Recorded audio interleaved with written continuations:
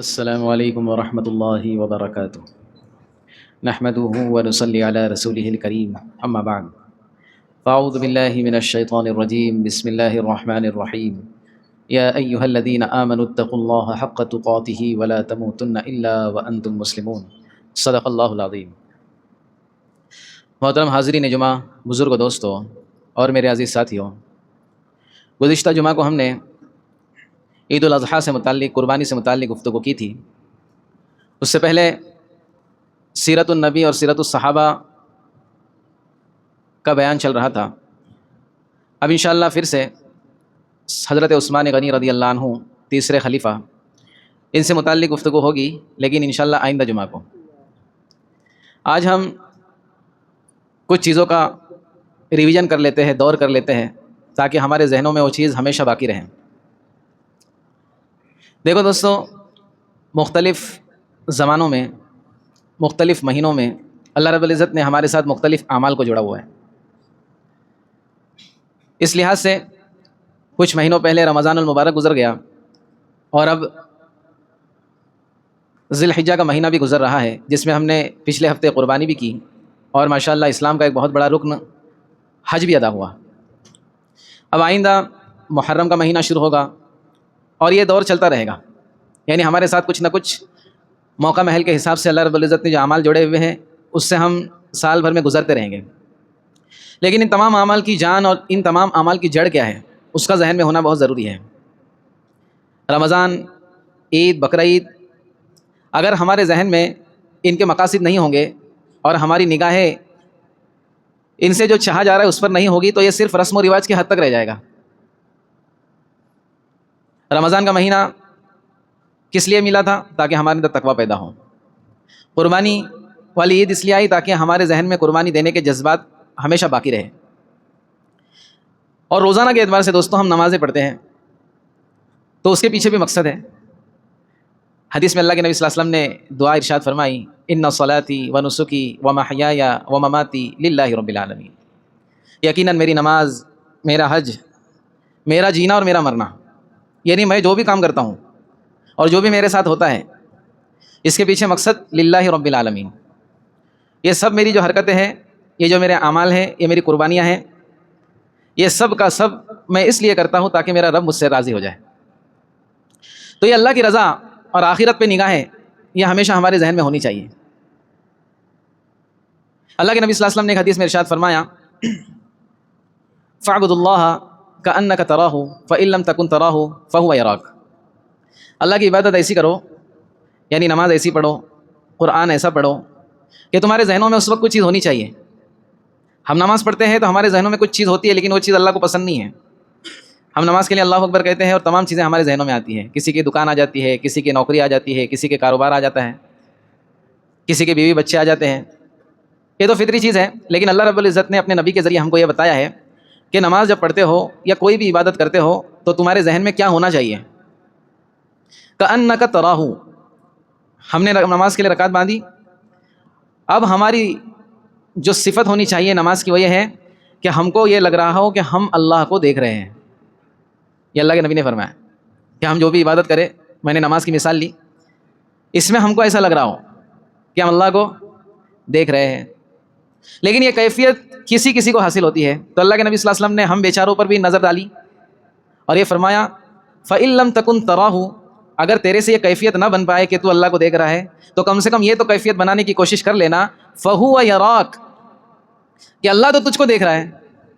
ہمارے ذہن میں یہ بات ہونی چاہیے کہ اللہ مجھے دیکھ رہا ہے۔ اچھا بتاؤ دوستو، ہم سالوں سے نماز پڑھ رہے ہیں، سالوں سے عبادتیں کر رہے ہیں، کیا ہمارے ذہن میں یہ بات آئی کبھی کہ اللہ مجھے دیکھ رہا ہے؟ اگر آ گئی، اور جن لوگوں کو آ رہی ہے ماشاءاللہ، جن لوگوں نے محنتیں کی، تو ان کو جو نماز کا مزہ آئے گا اور ان کی نماز سے جو ان کے اللہ مسائل حل فرمائے گا، ان کے زندگی میں اللہ جو سکون دے گا دوستو، یہ ہم اندازہ بھی نہیں لگا سکتے۔ تو یہ تمام اعمال کا مقصد یہ ہے کہ ہماری کیفیت بنے، ہمارے دل کے اندر اللہ کی طرف متوجہ ہونے کی عادت بنے، ہماری عبادتیں رسمی طور پر، رواج کے طور پر نہ ہو۔ کیونکہ جو رسمی طور پر ہم عبادتیں کرتے ہیں دوستو، اس کے اندر ایک بات کو سمجھنا بہت ضروری ہے کہ ایک چیز کی حقیقت ہوتی ہے اور ایک رسم ہوتی ہے۔ حقیقت کا اور رسم کا جب ٹکراؤ ہوتا ہے تو حقیقت غالب آتی ہے اور رسم چھوٹ جاتی ہے۔ جیسے مثال کے طور پر تھوڑے اونچے جملے سمجھانے کے لیے مثال ہونا بہت ضروری ہے. ہم دکان پہ بیٹھے ہوئے اپنا کاروبار کر رہے ہیں اور ہمارے دل میں نماز صرف رسمی طور پر ہے یا حقیقت کے طور پر ہے، اس کا اندازہ اس وقت ہوگا جب اذان ہوگی اور ہمارے دکان پر کم سے کم 10 کسٹمر کھڑے ہوں گے اور ہم کو یہ لگ رہا ہوگا کہ اگر میں نماز چھوڑ دیتا ہوں اور یہیں پر بیٹھا رہتا ہوں، گراہکی سنبھالتا ہوں، تو کم سے کم 5,000 روپے کا فائدہ ہوگا، کیونکہ کسٹمر ایک بار گیا تو پھر واپس نہیں آئے گا. یہ ہمارے ذہن میں بات ہے. اور دوسری بات یہ ہے کہ اگر میری نماز چھوٹ گئی یا میری جماعت چھوٹ گئی یا میری نماز قضا ہو گئی، پھر میں پوری زندگی نماز پڑھوں گا تو اس کا بدلہ اس کے برابر نہیں ہو سکتا. اب یہاں پر حقیقت کا اور رسم کا ٹکرا ہوا. ہم رسمی نمازی ہے تو ہم دکان پہ بیٹھے رہیں گے، اور اگر حقیقت ہے ہماری نماز کے ہمارے دلوں کے اندر، کسی عمل کی حقیقت ہے ہمارے دل میں، تو 5,000 کے 50,000 کا بھی فائدہ ہوگا تو ہم اس کو چھوڑ کے نماز کے لیے آئیں گے. سمجھ میں آ رہی بات؟ یہ حقیقت اور رسم کا مسئلہ ہے. تو آج دیکھیں دوستو کہ ہم جن چیزوں میں لگے ہوئے ہیں، جن اعمال میں لگے ہوئے ہیں، ان اعمال کی دلوں کے اندر حقیقت ہے یا رسم کے طور پر ہم کر رہے ہیں؟ ان اعمال کے اندر حقیقت ہے یا رسم کے طور پر کر رہے ہیں؟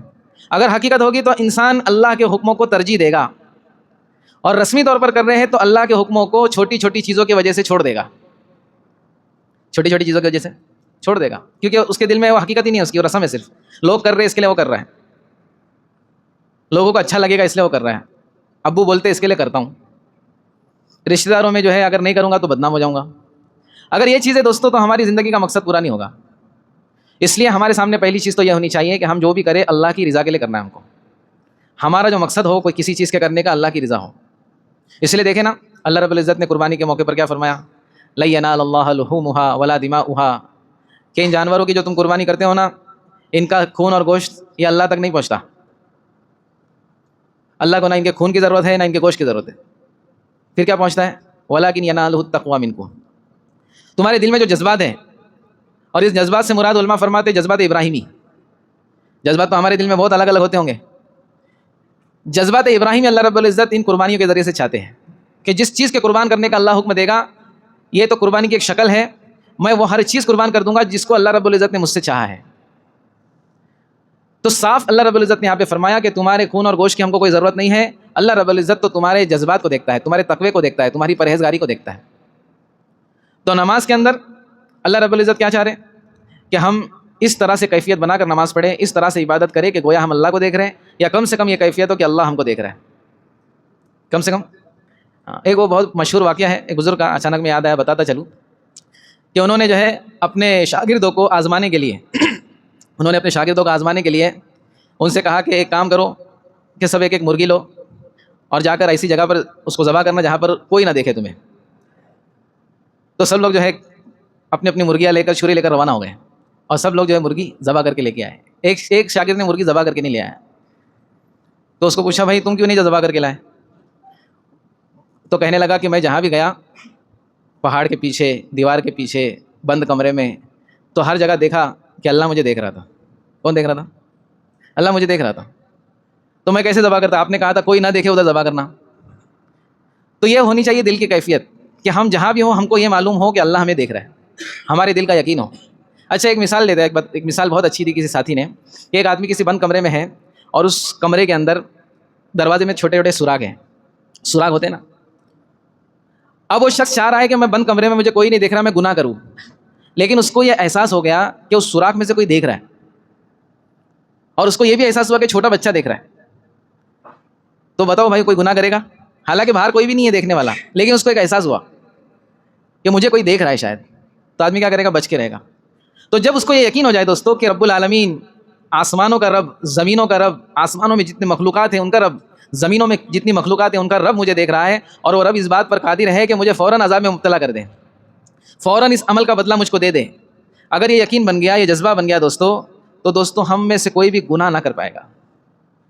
تو مقصد یہ ہے آج کے بیان کا اور بتانے کا کہ ہم جو ہے اوپر سے عمل تو کر لیتے ہیں لیکن اس کا اثر ہمارے دل تک نہیں پہنچ رہا. تو دل پر پہنچانے کی ضرورت ہے، اور دل پر جس عمل کا اثر پہنچے گا وہی عمل ہم کو نفع پہنچا پائے گا. دل پر جو عمل پہنچے گا اسی عمل سے ہم کو نفع ہو پائے گا. قبر کے سوالات ہم سب کو معلوم ہے کہ اللہ رب العزت کی طرف سے 3 سوالات ہوں گے. من ربک، کہ تمہارا رب کون ہے، تمہارا دین کیا ہے، تمہارے نبی کون ہے، ان کے بارے میں کیا کہتے ہو. یہ ہم کو سب کو معلوم ہے. لیکن دوستو قبر کے اندر جو سوالات کے جوابات ہوں گے معلومات کی بنیاد پر نہیں جواب ہوں گے، صرف نالج کی وجہ سے کہ ہم کو تو معلوم ہے کہ ہم کہہ دیں گے ہمارا رب اللہ ہے، ہمارا دین اسلام ہے اور ہمارے نبی محمد صلی اللہ علیہ وسلم، یہ ہم کو سب کو معلوم ہے، لیکن اس کے باوجود دوستو قبر کے اندر معلومات کی نسبت پر کوئی جواب نہیں دے پائے گا، اس کی پوری میموری ڈیلیٹ ہو جائے گی اگر اس نے اس کی محنت نہ کی ہو۔ دنیا میں رب کو رب سمجھنے کی محنت نہ کی ہو تو وہاں پر وہ کبھی نہیں کہہ پائے گا کہ میرا رب اللہ ہے، کیونکہ وہاں پر زبان جو ہے بند ہو جائے گی، دل بولے گا۔ کیا بولے گا؟ بہت اچھی مثال دی کسی نے کہ اگر کسی کیسٹ کے اندر، کیسٹ کی مثال دی جاتی تھی، ابھی میں میموری کی بات کرتا ہوں، کیسٹ والا زمانہ گیا، میموری کے اندر اگر قرات بھری ہوئی ہے اور اس کو پلے کیا جائے تو کئی کی آواز آئے گی؟ قرات ہی کی آواز آئے گی، اور اس میں گانے بھرے ہوئے ہیں، جب اس کو پلے کیا جائے گا تو گانے کی آواز آئے گی، جس میں قرات بھری ہوئی ہے اس میں گانے کی آواز نہیں آئے گی، اور جس میں گانے بھرے ہوئے اس میں قرات کی آواز نہیں آئے گی۔ تو ہمارا دل بھی دوستو دنیا میں رہتے ہوئے یہ رب کے یقین کو بھر رہا ہے یا پھر یہ رب کی بے یقینی کو بھر رہا ہے۔ اگر محنت کر رہے تو رب کا یقین آ رہا ہے، محنت چھوٹ رہی ہے تو دنیا کا یقین آ رہا ہے، محنت کر رہے ہیں تو اللہ کے نبی کی سنتوں میں کامیابی نظر آ رہی ہے، محنت چھوٹ رہی ہے تو اس میں ناکامی نظر آ رہی ہے۔ اسی لیے ماں باپ کہتے ہیں اپنے بچوں کو، بیٹا یہ سب جب عمر ہو جائیں گی نا، تمہاری شادی ویدی سب سیٹ ہو جائیں گے، جب داڑھی رکھنا، ابھی مت رکھنا، سب مسئلے آج کل چل رہے ہیں، بہت خراب ماحول ہے، ایسا بولتے ہیں ماں باپ، یقین ہی نہیں ہے محمد صلی اللہ علیہ وسلم کی سنتوں میں نفع کے۔ اس لیے دوستو ہم اس بات کی فکر کریں، آج کے اس بیان سے اللہ مجھے سب سے پہلے توفیق دے، آپ کو بھی توفیق دے کہ ہم اپنے دل پر محنت کرنے والے بنیں، کیونکہ آخرت میں ہماری معلومات کوئی کام نہیں آنے والی۔ معلومات کا حاصل کرنا بہت اچھا ہے، لیکن معلومات کا حاصل اس لیے کرنا ہے تاکہ ہمارے عمل میں آ جائے۔ اگر ہم عمل سے کھا لیے تو ہماری معلومات دھری کے دھری رہ جائیں گی، بلکہ وہ پکڑ کا ذریعہ بنے گی۔ قیامت کے دن 5 سوالات ہوں گے، ایک سوال اس میں جو سب سے اہم ہوگا وہ یہ ہوگا کہ جو تم کو علم حاصل تھا اس پہ کیا عمل کیا۔ اس لیے دوستو ماشاءاللہ ہمارے پاس آج علم بہت ہے، اتنا علم ہے کہ ہم نے اگر اس پر عمل کر لیا تو ہم وقت کے بزرگ بن جائیں گے، لیکن عمل سے ہم کھا لیے دوست۔ اللہ ہم سب کو عمل کی توفیق دے۔ اس لیے قربانی کے جذبے زندگی بھر کے لیے رکھے، ہر دن کے لیے رکھے، ہر دن میری قربانی ہوگی۔ اللہ رب العزت کو میں دیکھ رہا ہوں، یہ کیفیت بنانے کی کوشش، کم سے کم مجھے ہر جگہ یہ محسوس ہو کہ اللہ مجھے دیکھ رہا ہے۔ یہ 2 چیزوں کو انشاءاللہ خیال میں رکھیں گے تو اللہ رب العزت ہماری زندگی کے اندر دین کو داخل کرے گا، اور دین آئے گا تو اکیلا نہیں آئے گا، دین کے ساتھ سکون بھی آئے گا، چین بھی آئے گا، عافیت بھی آئے گی۔ اور اگر دین نہیں آیا، بے دینی آئی، تو بے دینی اکیلی نہیں آتی، بے دینی کے ساتھ بے سکونی آئے گی، بے چینی آئے گی، گھر کے جھگڑے آئیں گے، پریشانی آئے گی، بے برکتی آئے گی۔ شاید مال کتنا ہی ہو، اتنا مال ہوگا کہ 1.5 لاکھ روپے کا گدا خرید سکتے ہیں ہم، لیکن نیند نہیں آئے گی، نیند کے لیے گولیاں خریدنی پڑے گی۔ اس لیے دوستو ہم سب اس بات کی فکر کریں، آخرت کو ہم ترجیح دیں اور ہمیشہ اللہ کی رضا کے لیے ہم تیار رہیں۔ کریں گے اس کی فکر؟ اللہ رب العزت ہم سب کو عمل کی توفیق عطا فرمائے۔